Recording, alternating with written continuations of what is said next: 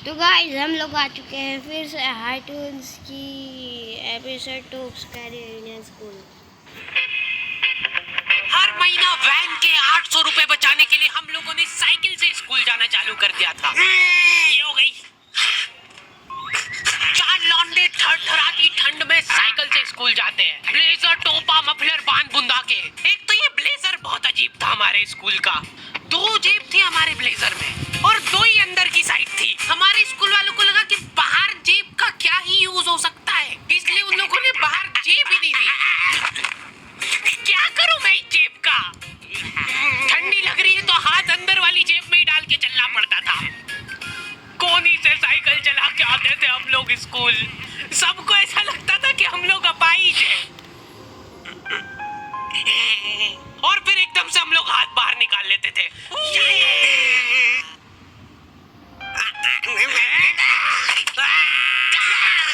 मजाक बना के मतलब कुछ भी डिसेबिलिटी को। अपाहिज लोगों की रिस्पेक्ट कम हो गई थी हमारी वजह से, लेकिन लड़कियां खुश हो गई थी इस इनोवेशन से। उनको लगा था कि ब्रा का खर्चा नहीं करना पड़ेगा, अपना जो भी सामान है उसको एकदम जेंटली इन जेबों के अंदर प्लेस कर देंगे। लेकिन इसमें एक छोटी सी दिक्कत थी। स्कूल वालों ने लड़कियों के ब्लेजर में एक ही जेब रखी थी। तुम लोग नहीं समझोगे कितना मुश्किल होता है एक ही जेब में इतना सारा सामान घुसाना। हर रोज लेट होते थे हम लोग स्कूल, क्योंकि मेरी साइकिल की चेन ढीली थी। थोड़ी सी भी स्पीड बढ़ाते थे तो वो चेन उतर जाती थी। लेकिन पापा ने मेरे को प्रॉपर ट्रेनिंग दे रखी थी चेन चढ़ाने की। एक जना ऐसे खींचेगा टायर, उतने में अपने को पानी से फटाफट कस देना है। ये हो गई टाइट। बैग में पाना पेचकस रख के लाना पड़ता था मेरे को स्कूल, कि कभी भी उसके सारे दोस्त भूत जैसे दिख रहे हैं। रास्ते में चेन उतर सकती है। इमेजिन करो एक बार कि तुम चुपचाप वैन में बैठ के जा रहे हो, बीच सड़क में 4 लौंडे साइकिल पलटा के फटाफट क्लास में बैठे हुए मेरे को डर बना रहता था कि कोई गलती से मेरा बैग चेक नहीं कर ले। तो आज हम लोग पढ़ेंगे टेंस। सबसे घटिया वाहियात नीच टॉपिक लगता था मेरे को टेंस। पास्ट प्रेजेंट और फ्यूचर। सही बात है ना भाई? तक बात ठीक थी। प्रेजेंट कंटीन्यूअस टेंस क्या होता है? Simple past, past continuous. मतलब वो बीत चुका है पर चल भी रहा है।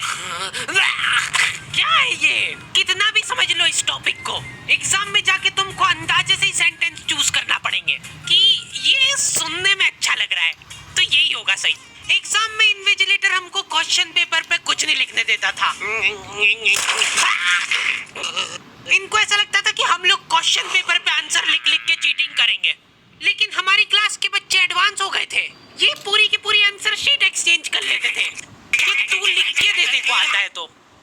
बोर्ड एग्जाम थी यार हमारी, और हमारे स्कूल वाले बोर्ड एग्जाम को बहुत सीरियसली लेते थे। अलकायदा टाइप ट्रेनिंग मिली थी हम लोगों को। एग्जाम देते हुए कहीं से भी बॉम्ब गिर सकता है, लेकिन तुम्हारे हाथ नहीं रुकना चाहिए।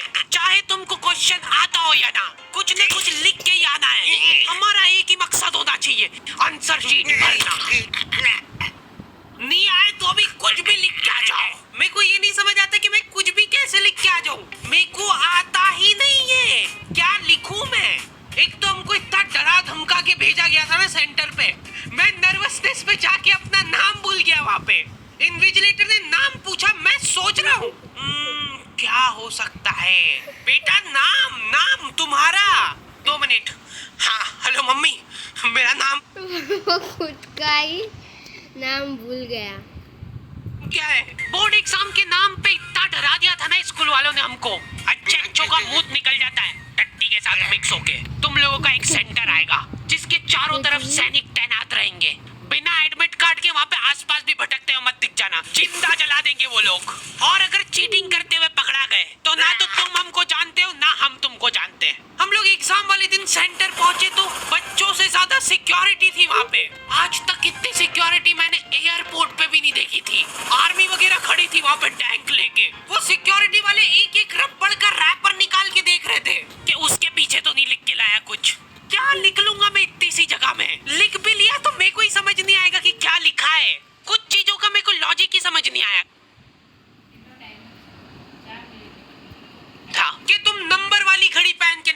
सकते हो, पहनना है तो कांटे वाली पहनो। उनको शायद शक हो गया था कि ये सारे लोग एक साथ कोऑर्डिनेशन करके बम भाई उसके पास पोटला भर के पेन है। नहीं फोड़ दे। उधर एक बच्चे की घड़ी का अलार्म बज गया और वो बजता भी बॉम्ब के टाइमर जैसा है। अलकायदा जिंदाबाद। जिस पाउच में तुम सामान ला रहे हो वो भी ट्रांसपेरेंट होना चाहिए। मेरे बैग में से इनको पाने पेचकस मिले थे। क्या जवाब दूं मैं इसका कि क्या यूज में आते हैं? उनको वहाँ पे डेमो करके बताना पड़ा कि ये यूज में आता है ये सब आइटम। फिर बाकी बच्चों ने भी कंफर्म करा कि हाँ देखा तो है हमने इनको रास्ते में ये हरकत करते हुए। ये सब देख के उन्होंने मेरे पाने पेचकस तो हाथों हाथ नाली में फेंक दिए थे। हमारे एक साथी की जेब में से ड्रग्स बरामद हो गए थे। अरे ड्रग्स नहीं है, ये इनहेलर है। इसको ऐसे सूंघते हैं, नाक बंद होती है तो इनहेलर को भी वो लोग ड्रग्स समझ। नाक खोलने के बाद भी अगर तुम इनहेलर को पूरी ताकत से सूंघते हो, आंखें दिमाग में ठंडक हो जाएगी तुम्हारे। वो बच्चे नहीं होते जो पूरा साल टाइम पास करते और एग्जाम के एक दिन पहले पढ़ के एग्जाम देने आ जाते हैं। वो बनने की मैं कोशिश ही कर पाया था। सिर्फ मैंने सोचा था आखिरी रात मेरी है, रात भर मैं पूरा सिलेबस चाट जाऊंगा, पर मैं एग्जाम के एक दिन पहले ही बीमार पड़ गया। सर्दी हो गई मेरे को, तो मैंने सोचा ठीक है अभी थोड़ा रेस्ट करते, सुबह उठ के पढ़ाई करेंगे। नाक बंद हो गई भाई, नींद ही नहीं आ रही है। फिर पापा आके मेरे को ट्रिक बताते हैं कि अगर राइट वाली नाक बंद हो रही है ना तो लेफ्ट साइड करवट करके सो जा, फिर गहरी सांस ले, तो ये जो है ना राइट वाली खुल जाएगी और लेफ्ट वाली बंद हो जाएगी। फिर लेफ्ट वाली अगर खोलना है तो राइट साइड करवट करके सो जा। पूरी रात करवटें बदलता रह गया मैं। सुबह रास्ते में जाते जाते पढ़ रहा हूँ मैं, क्योंकि बाकी बच्चे भी यही कर रहे थे। बच्चों को लग रहा है कि भाई जितना हम लोग साल भर में नहीं पढ़े उतना हम लोग रास्ते में जाते हुए पढ़ लेंगे। रास्ते में ऐसे कॉपियां लेके घूम रहे जैसे इनसे ज्यादा पढ़ाकू कोई हो ही ना। सुबह हम सब लोग सेंटर लेट पहुंचे क्योंकि साइकिल की चेन उतर गई थी तो रास्ते में वो कर रहे थे।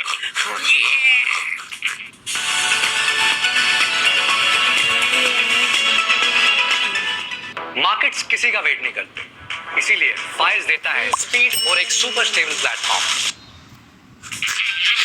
और क्वेश्चन पेपर भी लेट हो गया था उस दिन।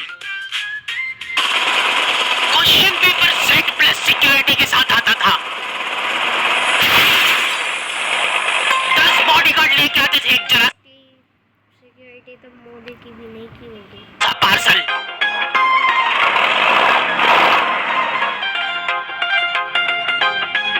और फिर देने के बाद बोलते थे ये असली पार्सल नहीं है। असली नहीं है तो जोर से भी बोल सकते हो ये असली पार्सल नहीं है।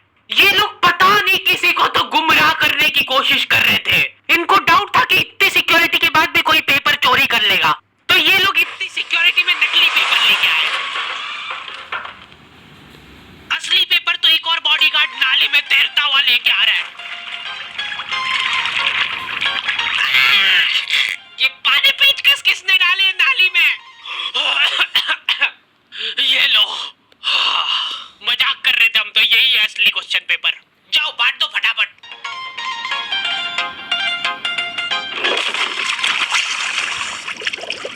ये वापस नाली में कूद गए। अपना आपस में एक दूसरे को गुमराह कर रहे थे। एक बार बस सोच के देखो कि ये सारी हरकतों के बाद भी अगर पेपर लीक हो गया, सोचो एक आदमी टेलीग्राम पे क्वेश्चन पेपर बेचने लग गया था, वो भी एग्जाम के महीने भर पहले से। तब तक क्वेश्चन पेपर बना भी नहीं था। तो अब जो आदमी हमारा क्वेश्चन पेपर सेट करने बैठा, उसने सोचा कि उसका काम इजी हो सकता है, क्यों ना थोड़ा सा स्मार्ट वर्क कर लिया जाए। उसी ने सबसे पहले वो फेक क्वेश्चन पेपर खरीदे और वैसे के वैसे चेप दिए। जिसने पेपर लीक करा था वो खुद सोच में पड़ गया कि ये कैसे हो गया। एग्जाम खत्म होने के बाद इन्विजिलेटर को बहुत मजा आता भाई कॉपियां छीनने में। एक सेकंड भी किसी को ज्यादा नहीं मिलना चाहिए। बस एक बार टाइम ओवर होने के बाद कैसे लिखा तूने? एक बच्चे ने खुद से कॉपी दे दी तो इनको डिसरिस्पेक्टफुल महसूस हो गया था। उसको वापस से कॉपी दे दी कि लिख ले थोड़ी देर और। जैसे लिखने लगा वापस छीन ली। तो जी आज के लिए इतना ही। Bye bye.